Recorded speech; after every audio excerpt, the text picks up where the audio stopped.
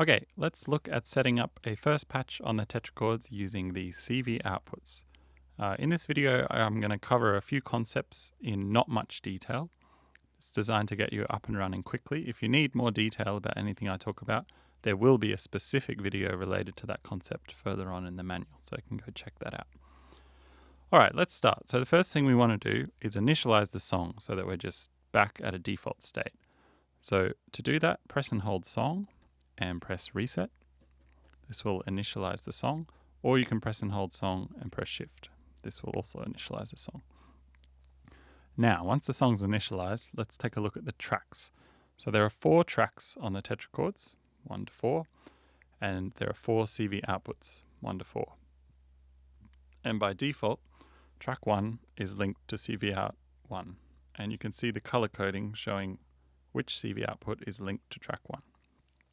So we're going to work with track 1, so press track 1, and then plug a patch cable into CV out 1 and plug it into the volts per octave input of an oscillator. And now would be a great time to tune this oscillator. So to use the tuner on the tetrachords, plug out of the oscillator a wave, ideally use a square wave, and plug it back into trig in 1 of the tetrachords. Now you can enter the tuner by pressing and holding shift and pressing the link button, which has a small tuner underneath it. Press that. Now we're in the tuner, and if I turn up the oscillator, you can hear that the tetrachords is outputting a C, a middle C, or 2 volts. And if I move the tuning of the oscillator down, you can see here on the LEDs that they go red and to the left. And if I tune it up a bit, they go red and to the right. So the goal is to put the oscillator, is to tune it to middle C by getting the 5 LEDs green. So now it's in tune with middle C, your oscillator. Congrats, you can exit the tuner there by pressing link. Now we are out of the tuner and we're in tune. So now we can plug a trigger or a gate signal into trig in 1, and this is going to be used to trigger the notes that we select on the tetrachords. So every time the tetrachords hears a trigger on trig in 1, it will trigger a note on track 1. So I'm selecting a kind of a fast trigger sequence from the Trigger Riot, and now I'm going to input some notes.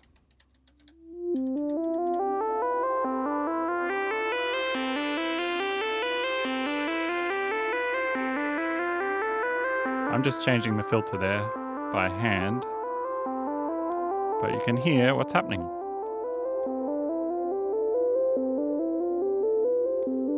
So, what is happening? Every time the tetrachords gets a trigger, it will move to the next note that you've selected. And these are the 8 notes in this scale. And how do we know what scale we're in? That's using 3 knobs. So you pick the root note of the scale by pressing down the encoder button and turning the encoder. So now we're in B, is the root note of the scale. Now A is the root note of the scale. Now G is the root note of the scale, and so forth. So hold down and turn the encoder to change the root note of the scale. I'm going to change it back to C. So we're in C. And then we can change the next part of the scale with these 2 knobs. So the scale is broken up into the first 4 notes and the second 4 notes, 2 tetrachords. And you can change these 2 tetrachords independently. So I'm going to change the first one, switch it to minor. You can hear that effect. This one hasn't changed. This set of 4 notes hasn't changed, but this 4 has changed to minor. Now it's Phrygian and diminished. So we're still in C. The root note of this scale is still C, but we're in some kind of C diminished major. The names of the scales, common scales, there's like a scale recipe booklet further along in the manual, and you can dial in common scales. But now I can change both to diminished.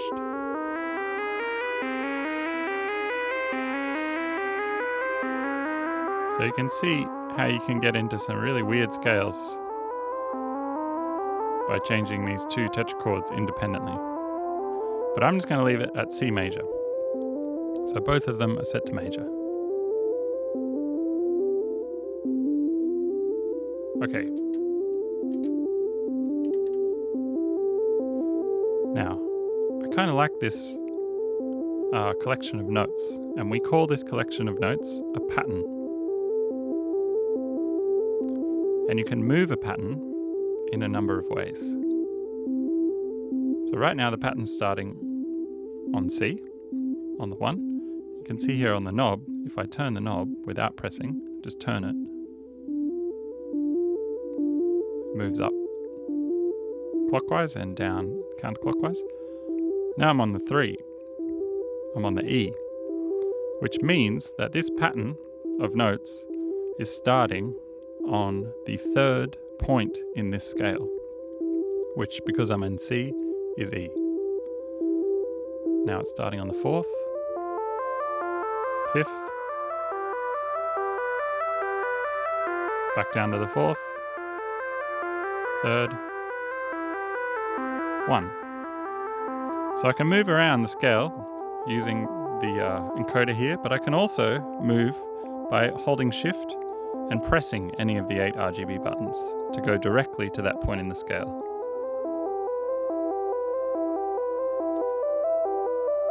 So now I'm on the 5, 4, 3, 2, 1. Cool. All right. So we've created a little monophonic lead line, and we know how to move around. We can also add different notes on the fly.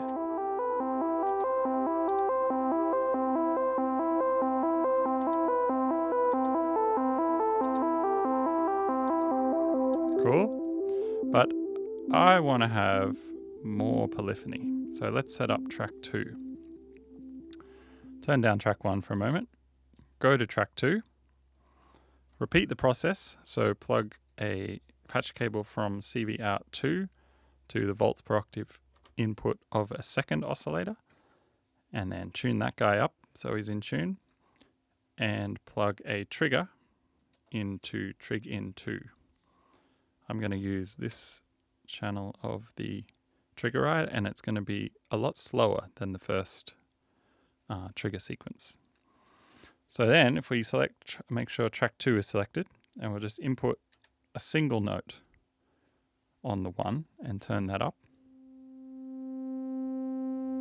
And I kind of want this track to be a bass line, so I'm going to press octave, hold it, and then press down on the RGB buttons. So press number 3, and that will move this note down an octave. You can select whatever octave you want on the 8 RGB buttons, but this sounds pretty good to me. So now, if I turn track 1 up again, you can hear that track 2 is playing the 1 of the same scale. And I can move to the 3rd, and the 4th, and back down to the 1. And what's really cool is that if I leave it on the 1, select track 1, and then turn the encoder, it's going to move along with track 1. So it's always going to be the 1 of wherever track 1 is. And you can see if I go to track 2, it's on the 4.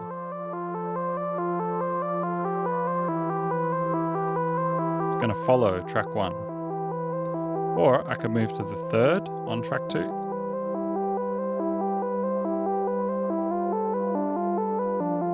and it will follow, but it will be on the third. So in this way, you can create some really nice arrangements, bass lines, counter melodies, arpeggios, which follow the changes in track 1.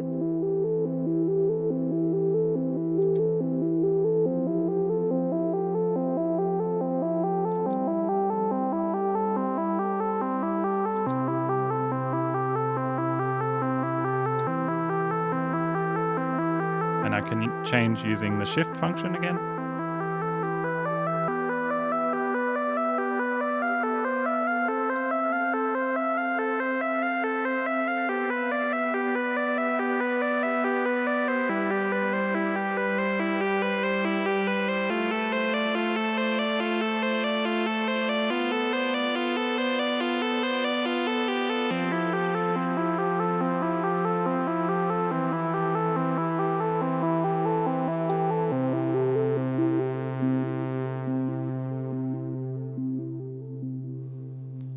So congrats, you've set up your first patch on the tetrachords using the CV outputs.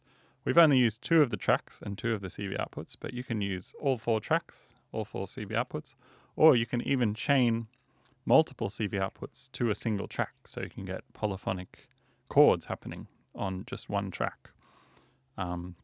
So have fun, enjoy, and happy patching.